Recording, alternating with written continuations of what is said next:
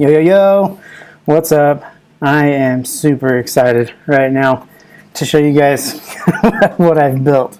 It is, man, it's like blowing my mind a little bit. I mean, okay, I don't want to, amp it up too much, but I'm really excited about it.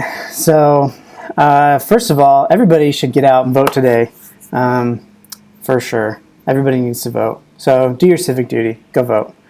So today, why am I excited about hooks? Well, if you've seen any of my other videos, you know why I'm extremely excited about hooks, because it changes everything about React for me. And I feel like some people don't get it yet, but hooks will change the way you write React. They will make you more productive, they'll make things easier, and they will make your code easier to deal with, and it will be better, faster, stronger. You name it. Hooks, I think, are the future. And yeah, right now we have to deal with classes, and that's okay because classes have been working for a really long time, and higher order components and render props. But hooks changes all of that. I think every render prop and almost every HOC is going to become some type of a hook in the near future. So why can't we use it right now is the question that I had yesterday. It's like 16.7 is alpha, and nobody it should be shipping production code with that right now. And you can use it in examples in Code Sandbox and kind of dink around with it. But if you try and put it into a production app, you're going to have issues because there are a lot of underlying changes that were made to make hooks possible in functions the way that they are. So I started asking myself, I have this little project. I'm writing a little charting library for Nozzle. I've had it for a while, but I needed to go in and refactor a few things. I'm like, oh my gosh, if I could just use hooks in here. I had some free time, so I started dinking around with it, and I would like to show you what I have found. So let's just start off with a simple class component. This is what we're all used to seeing, extending React component. We've got some state that we've declared. In fact, most people use constructor to declare it, and this is just using the class property syntax. So here's the state, on is false, it's a toggle. You can see on is false, and we can toggle it using set state, right? And honestly, this isn't too bad. It's not a problem to have state like this. But if we were to want to do something like memoization, memoization is something that's very important, especially in like a charting library where calculations are expensive to lay out charts on the screen, and so you have to be as efficient as possible, and memoizers are extremely helpful for that. And one way that you could do that is you could import memoize from memoize1, and this is kind of the old school way. You could say you could make a new memoizer, my memoizer equals, and then you call memoize, and you have a function, and it returns, some complex value. Like memoizing is something that you only want to do when these things change. So it'd be like, A, B, and C, and then you're returning like A times B plus C. I mean, that's completely contrived how all my examples are. But if this was a really expensive thing, you would only want it to happen when A, B, and C happen.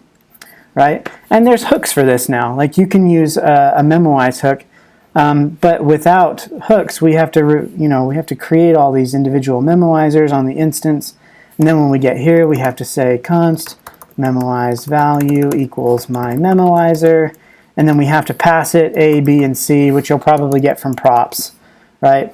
This is totally fine. These memoizers can get really big in charting libraries, and honestly, I just didn't understand why I couldn't use hooks now. I want hooks now.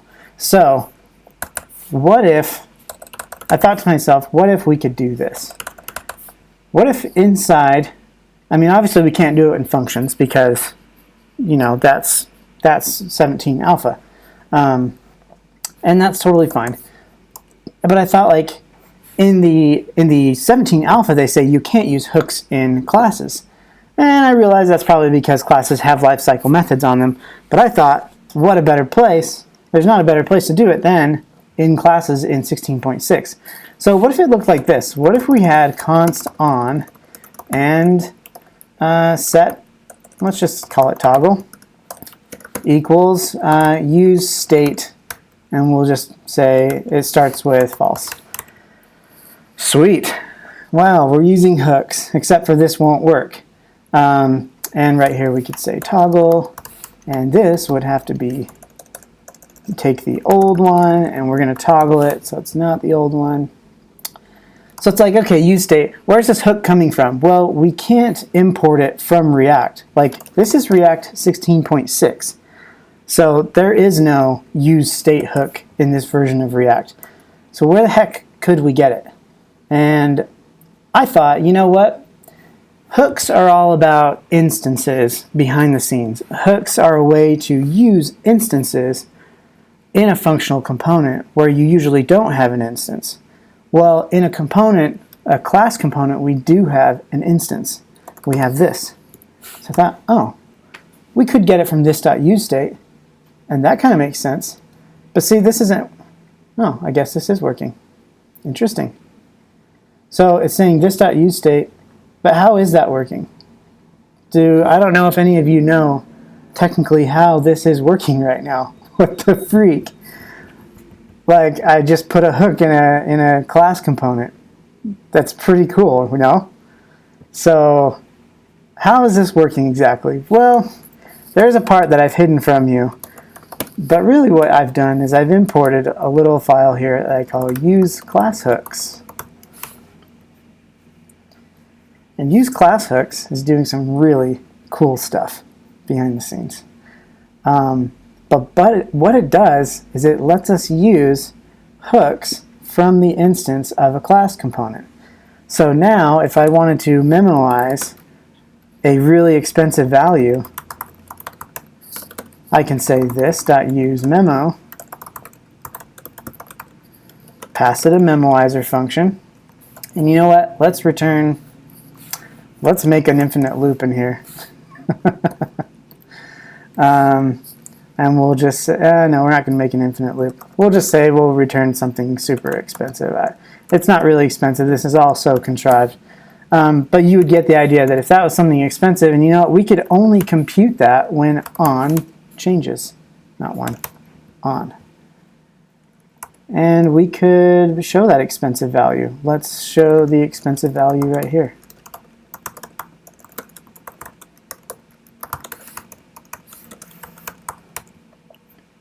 Hey, sweet.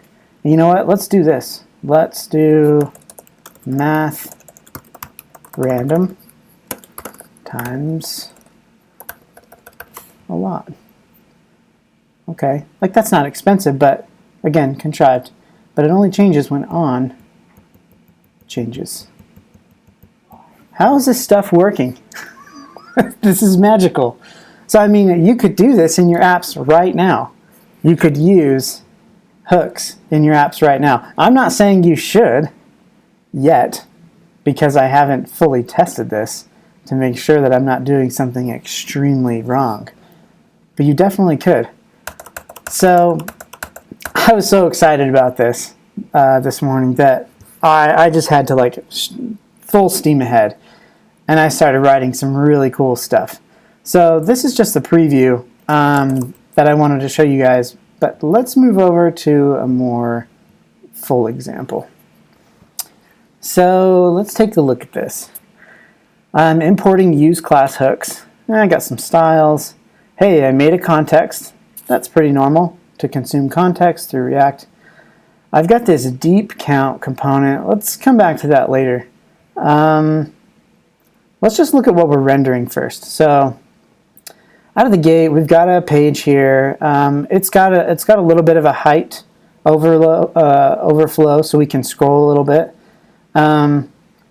Let's see, it's got this scroll watcher here, which is a button, I guess, that turns a scroll watcher on.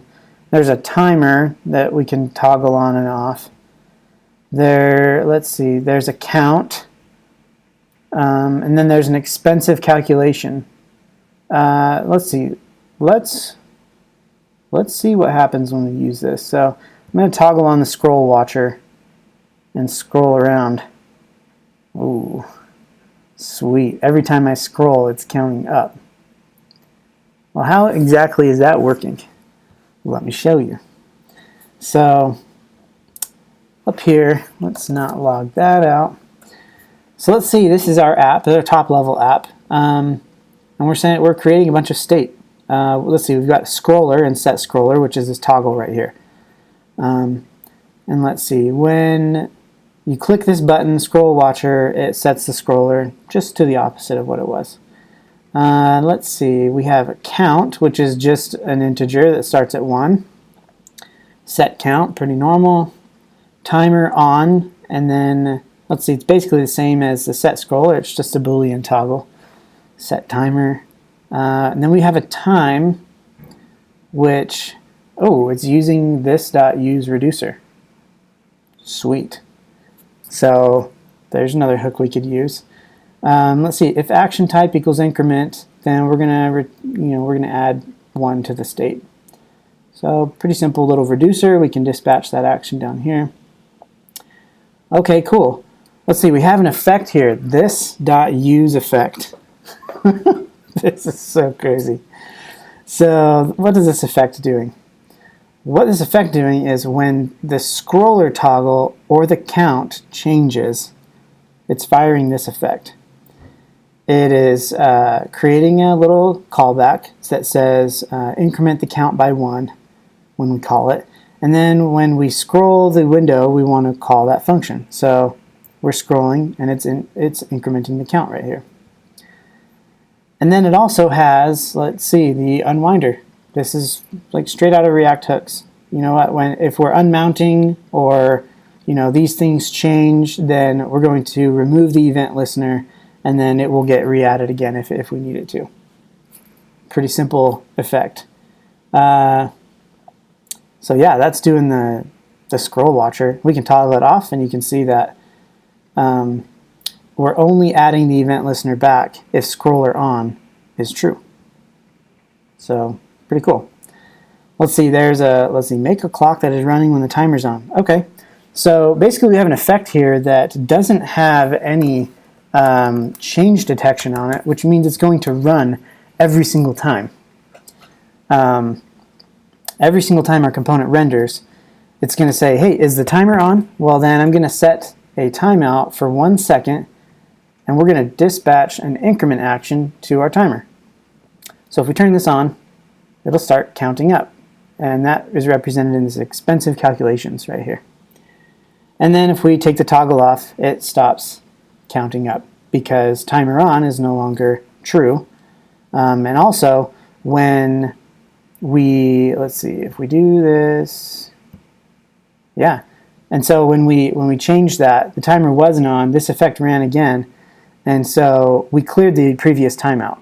Now this is what's kind of interesting about classes, is you can actually do this dot stuff, because in functional components you don't have this. So before you would have had to say const timeout equals use ref, and then you would have to say timeout current equals set timeout, right? But we have an instance here, so we technically can use this dot stuff. So a little interesting, little tidbit there. Let's see, expensive calculation. Hey, we're using a memoizer. I love memoizers, if you couldn't tell. So we're saying this.use memo, and when the time changes, we're running this expensive calculation. And I've actually simulated an expensive calculation by making this count, making this go through 100 million iterations on this loop, and then just return the count times the time.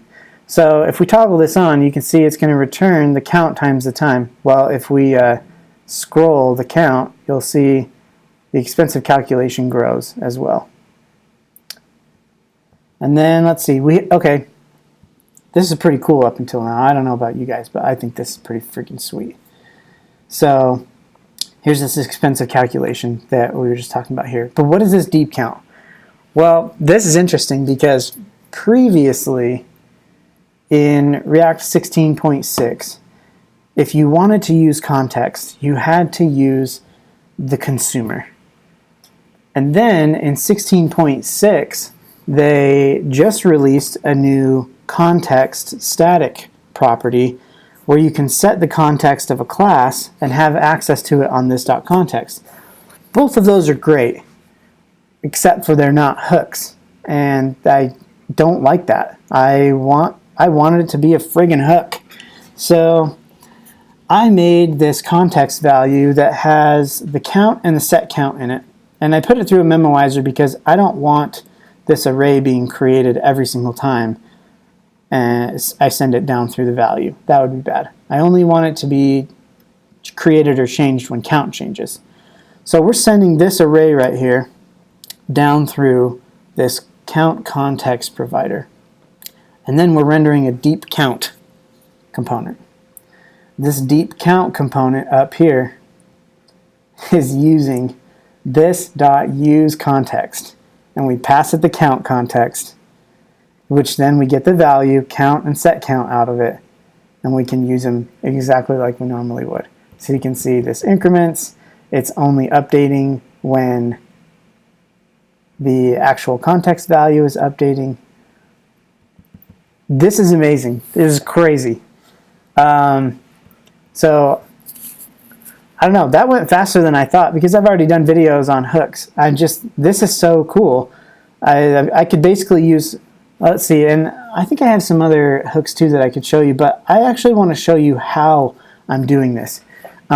There's a lot to learn about hooks right now. People aren't understanding exactly how they work. There's some great articles out there. Dan Abramov's written one that kind of explains how hooks work. There's a couple of others that visualize how hooks work. And I think it's very important to go look at those and read those. But I wanted to show you kind of how we're going to implement this in React 16.6. So to do this, we have to get our hands a little dirty, but not too dirty. It's actually really easy to follow. So out of the gate, in this use class hooks, I'm importing React because we're going to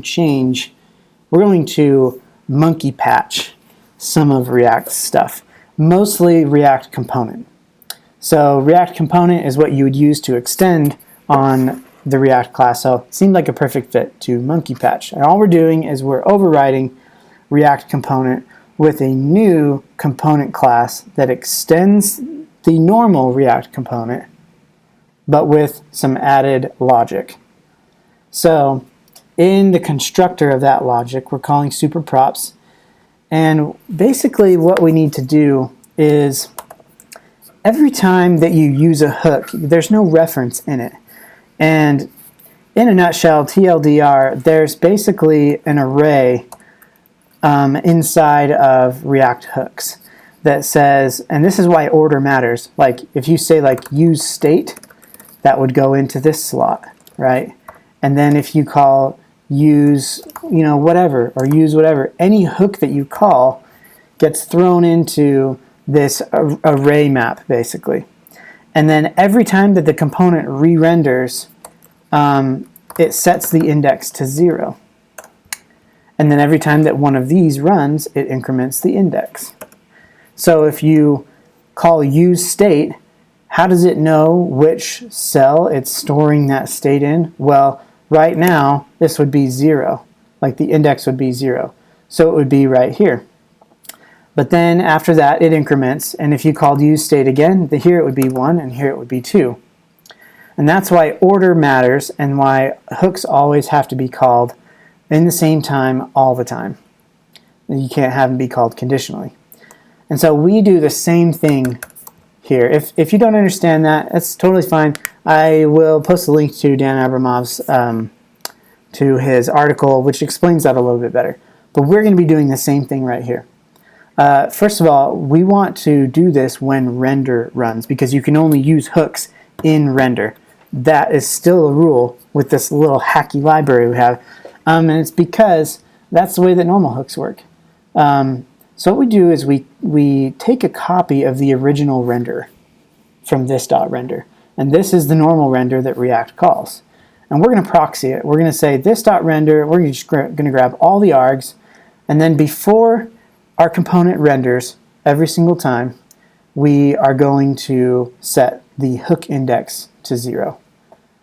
And once we do that, we know that all of our hooks being called will always use the same index. And then after we've set the hook index to 0, we're going to just call the original render. So we use original render, we call it with this and the args that were originally passed to it. So now we know that hook index is being reset every single time. And then we make a little home for our hooks. And really this is just an object where it's going to get stored with like 0, hook, 1, or 1, hook. It could have been an array, but I just made an object. I don't necessarily know why. So, and then here, we have some lifecycle events. So what's interesting here is that if you don't specify component did mount or component did update or component will mount, if you don't specify those in your class, part of their lifecycle doesn't even get run. Obviously React's doing that to save memory. And here we just needed to make sure that these life cycles are running all the time so that we can hook into them. And then right here we just get right into our hook. So this would be this.useReducer right here. And once we go through one of these, you'll understand pretty much how it works. So we have the reducer in the initial state. When we come in here, we want to get a hook ID. And we do that by calling this.leaseHookID. And if we come down here to leaseHookID, all it's doing is saying, hey, give me the current hook index and then increment the hook index by 1 so that the next hook that leases a hook ID will have the next spot in line. So leaseHookID gives us back the hook ID for whichever one is being called. And then we can say, you know what, if this hook doesn't exist, then we can do some stuff with it. And that's what we're doing with useReducer. What we're doing is saying, you know what, let's just set this, this hook to the initial state right here. And then the state, this is just kind of saying state equals initial state, basically. We make a little dispatcher that takes an action. Let's see, dispatch takes an action, and then we say the new state equals the reducer, give it the old state and the action, and then as long as the state objects have changed, we're going to set the new state. And right here, this is kind of naive, and we'll mark that. We'll say to do is this to naive, but we force an update basically, like, hey, we know the state's changed, so we're going to force an update. Then we return the state and the dispatch. And it looks exactly like useReducer. And then useState, in fact, even in normal React hooks, useState uses the useReducer hook. So we can just say return this.useReducer. We pass it a reducer that just takes the action as a function and calls it on state and returns it. And in fact, this could just be that, and gives it the initial state that we gave it. We'll come back to use context. Use memo, it's along the same lines. We get the lease on the hook ID, and then we set up some things here. And for memos, we have to watch certain items. So for previous items, we have a watch items here property that we're going to track those. And we also want to track the computed value so that we can always return the computed value if nothing has changed. So that's what this hook is storing. We call that the record. And basically we say, you know, does it need to update? And we call this has changed function, which just takes the old watch items and the new watch items coming in right here, compares them. And if we need to update, then we will set the new watch items to the record. And then we will say record.computed and call the memoizer. And then we'll return record.computed. There's your memoizer. Anytime those values change, it's going to store them as the previous ones, call the memoizer, and return it. Oh, it's beautiful. Use stack, or use callback, not use stack. Use callback is basically a memoizer.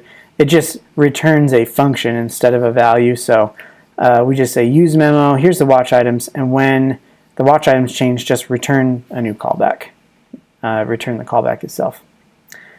Use effect is a little more tricky. Whoa, we got 30, 40 lines here on use effect, but this is really where you can see the monkey patchy hacky funky stuff that we're doing. So we lease another hook ID again, as always. We create the record, and if the hook hasn't been initialized yet, then we initialize it. And we say record equals, or no, if it has been initialized, then we just go get it. We call it the record.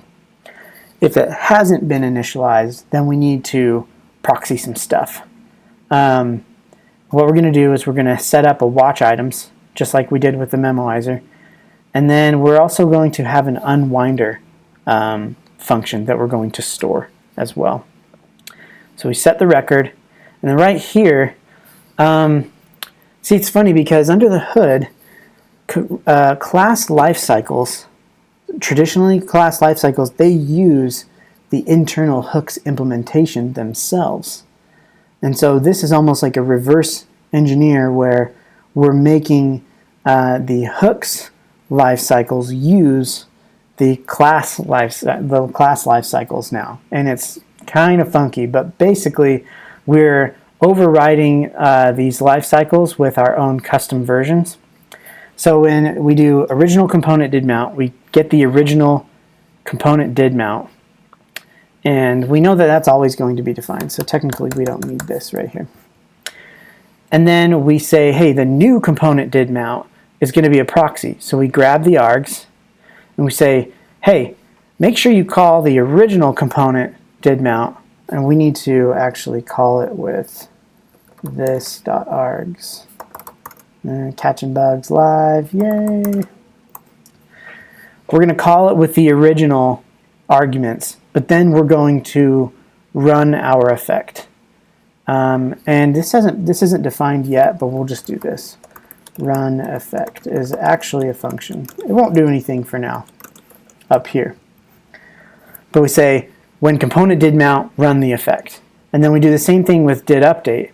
Except for did update, what we want to do is before the original component did update's call, we want to call the unwinder. So we call the unwinder, then we call the original did update, then we run the effect again. And then in the component will unmount, same thing, except for we're calling the unwinder before we call the component will unmount, the original one. And then the record, run, effect, and do unwind, they get updated every single time that this is created. So right here, run effect becomes, hey, should we run this effect? If we should, then call the effect, and the return value from the effect is the unwinder. And then do unwind gets updated every single render, and we say, hey, should we run this effect, and is there an unwinder? Yes, then call the unwinder. Took me a minute to figure this out, but it was intense, but and there was a lot of moving around, and it finally rested upon this. Might be able to get a little bit better, but for now, this works great. And then right here we say, hey, you know what? Every time it renders, we're going to start with should run effect equals false. We're going to try and detect, just like we did with the Memoizer, we're going to say compare the old watch items to the new ones, and we're going to say needs update. And if needs update is true, then we're going to say should run effect true and ingest the old watch items.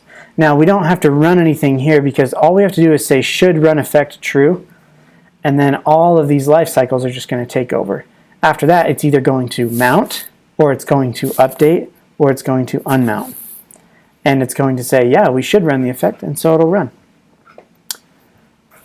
That was kind of a journey, but I hope it looks simple enough to understand in Grok. I'm still wrapping my head around it, but then we have the lease hook ID utility right here.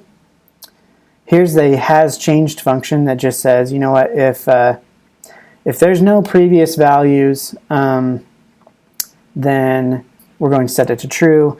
If the lengths don't match up, then it's true. If one of the items does not equal the one from the other array, then we set it to true. And then we return needs update. So that's how the effect hook works. And the last effect I wanted to explain is use context. And, last night I was going to bed and I was like, you know what? We have almost every single hook, there's obviously some like use layout effect and some other hooks that I don't totally understand yet, and I probably won't be using them anytime soon. But one of them that I was going to use is use context. And I was like, context is still in this like consumer thing. I would have to use a higher order component or use the new this context type thing that they announced in 16.6. And I got to thinking like there's got to be a way to manufacture a hook that uses use context. And there is, and I am totally breaking the law here. I hope I don't get slapped down from the React gods for this one. But use context just takes in the context value that you need to subscribe to. It says, get me the dispatcher. In fact, let's just make this shorter. It calls get dispatcher, and then it calls read context with the context on that dispatcher. So what is get dispatcher doing? And this is the shameful part. If you come down to this hook right here, it says get dispatcher returns React secret internals do not use or you will be fired. Current React owner dot current dispatcher. Oh my gosh. I'm like reading this. I'm like, I will be fired. The React core team is going to fire me for this one. But guess what? It freaking works. So if we go back to our index, you can see, let's see, hook is not defined. Well, what is hook? Where's hook coming from? Maybe I need to... Well, that's strange. Oh, I have it set on this weird current module view. Okay, there we go. So context is working in the render without a consumer. So I say this.useContext, and it grabs the current context from the dispatcher. So you can see when I'm doing this, the deep count is updating because it's getting it from count context, which is being passed right here through this provider, which is this value is being memoized right here. It works. It works, okay? I don't know how stable it is. I plan on posting this code sandbox to Twitter and to this video so that people can play with it, but I don't intend on releasing a library for this or anything because hooks are coming. We just need to be patient. This was just an experiment that I wanted to try to see if I could get hooks to work in React classes, and honestly, it turned out way better than I thought. So if do you guys have any questions about anything? I'll ask that while I make sure that I didn't miss anything that I wanted to explain. Use effect, now scroll, increment, expensive calculation, context. Let's just go to the hooks reference really quick. Make sure that I didn't miss anything there. So I have use state, use effect, use context, use reducer, use callback, use memo. Ref is not needed because you can just use this dot. And then these ones I don't have because I don't even know how I would implement those yet. But yeah, I think that's it. So I hope this made sense, and I hope you guys had fun. I had a blast, and I'm really excited to secretly try this in one of my projects. Don't tell the React core team. But yeah, be sure to subscribe if you want.